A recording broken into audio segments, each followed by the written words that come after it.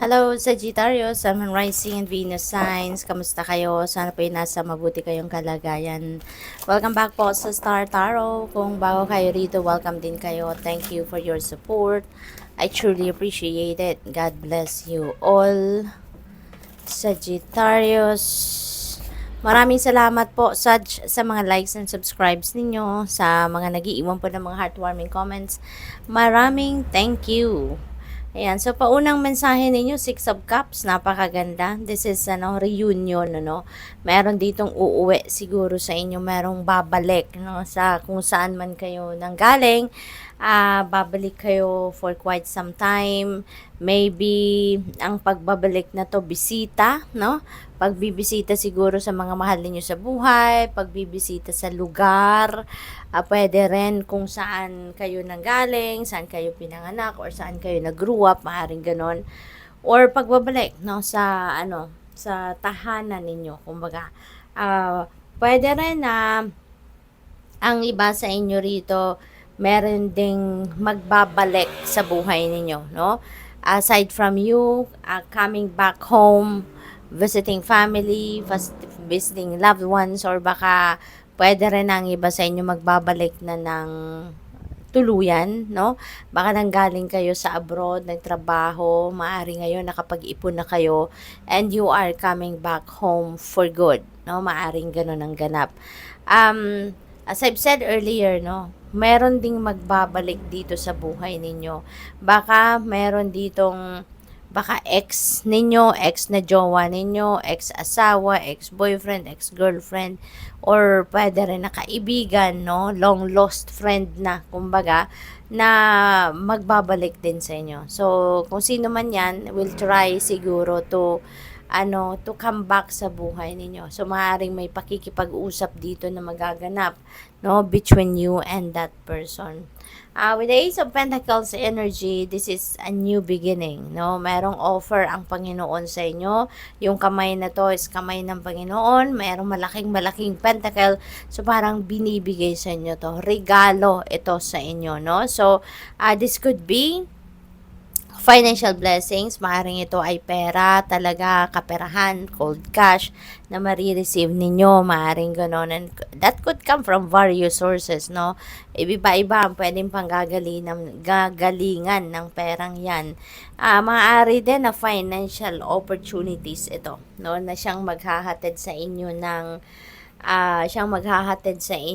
ng um, prosperity and abundance, no? Maaring ganon. Pwede rin dito na merong mga siguro property, baka merong binibili kayo or baka nagbebenta kayo ng property. So maybe yung pera na yan manggagaling din dito sa sale ng inyong property. So good luck sa'yo. We have justice. You are getting what you deserve. Kung ano ang para sa iyo, kung ano ang meant for you, makukuha ninyo yan. At magiging balanse na din ang lahat sa buhay ninyo. From now on, parang unti-unti aayusin mo na din, no? Yung mga bagay-bagay sa buhay ninyo, magkakaroon na kayo ng mas maraming oras, mas maraming panahon para maisaayos ang mga gusot sa buhay ninyo. Kung mayroong mga pakikipag-usap na kailangan gawin, maaari yan ay gagawin nyo na. Kung physical space, no, ang kailangan din ninyong ayusin, no, you would have, or you're going to make time para magawa ninyo ang mga yan. What else? We have Queen of Wands. Ayan. So, this is your energy, Sagittarius, no? You have that go-getter attitude. Punong-puno ka ng determinasyon, punong-puno ka ng drive, ng willingness, yung ganon. At iniisip ninyo ngayon yung papunta sa pag-asenso, papunta sa pag-grow. You know, hindi lang ng pag-grow ninyo as a person, but also pag-grow ng inyong kaperahan, ng inyong negosyo, kung meron kayong negosyo, yung ganon. So, ngayon, kung ano man yung iniisip ninyo, whatever it is that you have set your mind to do, no? Talagang gagawa ninyo ng paraan ito, no? Na makamit ninyo ang lahat. Kaya napakaganda.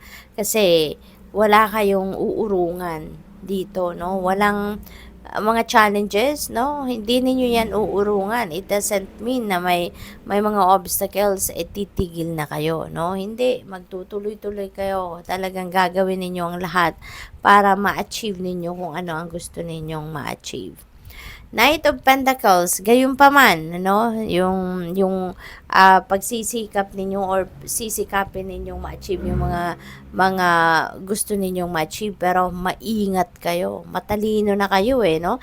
Mas smarter na kayo sa ngayon, mas madiskarte na kayo, mas learned na kayo no? Sa buhay, madiskarte. Kaya sisiguraduhin ninyo rito na bawat step na gagawin ninyo, pinag-isipan, pinag-aralan ninyo. Kaya, even though, wala kayong uurungan, pero yung approach ninyo will be slowly but surely. Kasi parang ayaw ninyong magkaroon kayo ng masasayang na effort, no? Kaya gusto ninyo na bawat step na gagawin ninyo, sigurado kayo about it. So, good luck sa'yo. So we have change, a change of residence, a change of partner or career or job is on the cards. So marami ang maaaring magbago sa buhay ninyo, Sagittarius. You're restless and in need of change, and that is exactly what is coming your way. Ayan. So, parang siguro nabuburyo na kayo or naiinis na kayo sa ibang sitwasyon ninyo sa buhay. Kaya parang gustong-gusto nyo na tong baguhin. So, you're going to create some change na sa buhay ninyo rito. So, good luck sa'yo. What else? We have assert yourself, go for what you want, the time is right for soulmate connections, birth of a child is also likely. So, siguro meron ditong baby na paparating. Meron dito sa inyong manganganak, no? Probably ganun ang ganap. At saka, go for what you want. That is very you, Sagittarius. That's very fire energy. With the Queen of Wands, talagang you're really going to chase after what you really want in your life. Gagawin ninyo talaga dito ang lahat, no? Para makamit ninyo ang gusto ninyong makamit, which is really good. Kasi your determination will be on display talaga.